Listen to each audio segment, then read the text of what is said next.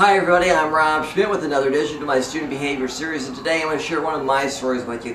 The one that started it all. See, just before Christmas of 2008, I had a group of special education students at Nevin Elementary in the Los Angeles School District, and one of the fourth grade boys decided while we were watching the Christmas show, the holiday show, in the auditorium to punch one of his classmates in the back, in the spine. It was unprovoked, it was intentional. Then he pulled the chair out from underneath that student, forcing him to fall to the cement floor.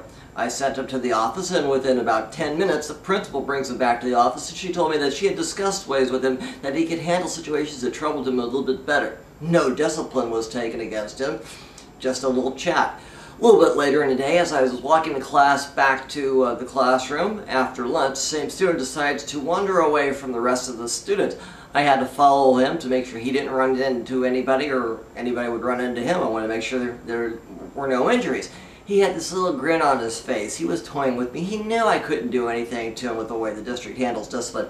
But finally we got into the classroom and he bites a classmate. So I fill out the appropriate office referral form and I tell him I have to send you to the office, at which point in time he becomes very agitated, very physically active. One of the aides tries to walk him to the office, but he refuses to go. So I said, let's call the office. They brought somebody and they took him to the office, and I thought, well, surely that'll be it. Within about 10 minutes, the vice principal brings the boy back to the classroom, and she said, we've been working with the doctor to determine what level of medication is best for the student. And I told her, I said, he's attacking his classmates. What is it going to take before you will act? She just dismissed my remarks. So I told her, someday this kid is going to do something seriously wrong, and somebody's going to get injured, and you're going to get sued and lose. So she finally kept him in her office for the rest of the day.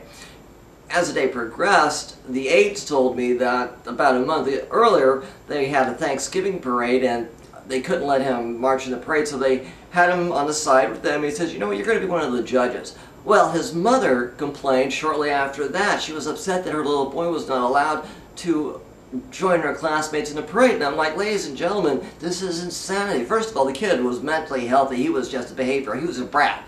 And that's what the school district does. If the kid acts up, they give them a special education label and slap it into another classroom. But I know not all parents are bad, but in this case, Mom, wake up. What plan are you on?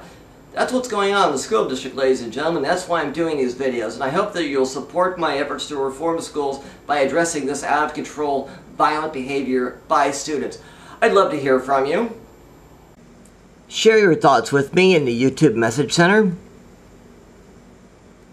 And please remember, you can always send me a private email at robsyoutube@earthlink.net.